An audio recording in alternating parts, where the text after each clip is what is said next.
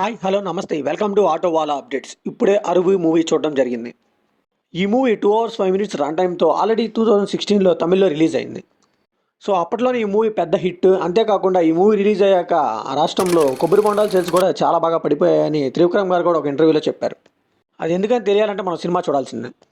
And ఇప్పుడైతే after 8 years ఈ మూవీని తెలుగులో డబ్ చేసి ప్రైమ్ వీడియో వాళ్ళు స్ట్రీమ్ చేస్తున్నారు. సో ఈ మూవీని అయితే అస్సలు మిస్ అవుదండి. వర్త్ వాచింగ్ మూవీ ఇది, సూపర్ ఉంటుంది. మధ్యలో మూవీ కొంచెం స్లో ప్లేస్లో వెళ్తూ ఉంటుంది. అండ్ ఎందుకని ఎంతసేపు రివీల్ చేయకుండా ఉంచారా అని కొంచెం మనకైతే చిరాకు వస్తుంది.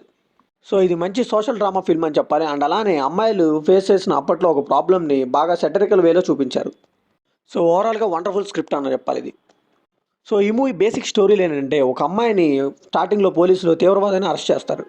సో ఇక్కడ నుంచి అయితే మూవీ ఫ్లాష్ బ్యాక్లోకి వెళ్తుంది. హీరోయిన్ ఫ్లాష్ బ్యాక్ చెప్పడం స్టార్ట్ చేస్తుంది. తన ఇంటి నుంచి బయటికి ఎందుకు పంపించేశారు చిన్నప్పుడే, అండ్ బయటకు వచ్చాక తీవ్రవాది అసలు ఎందుకు ఇలా జరిగింది, తను ఎందుకు అలా అరెస్ట్ చేశారు అని తెలుసుకోవాలంటే ఈ మూవీ చూడాల్సిందే.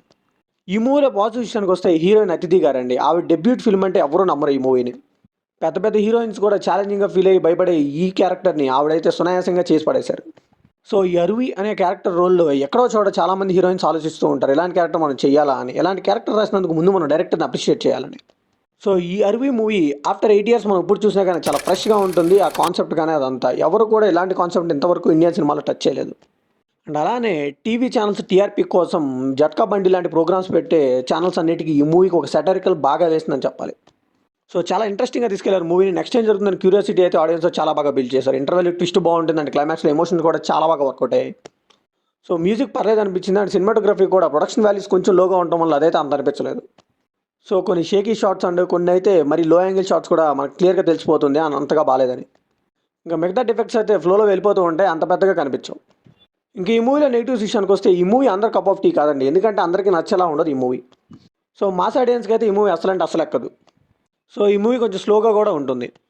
సో ఇంకా ఇవే ఈ మూవీకి మైనస్ పాయింట్స్ అని చెప్పాలి. సో ఫైనల్గా ఈ మూవీకి మనం ఇచ్చే వర్డిక్ట్ ఏంటంటే, చాలా సోషల్ మెసేజ్ కలిపిన ఒక పెద్ద సోషల్ మెసేజ్ డ్రామా ఉన్న మూవీ ఇదని చెప్పాలి. సో ఈ వీకెండ్కి అయితే ఈ మూవీని పక్కా ట్రై చేసేయండి.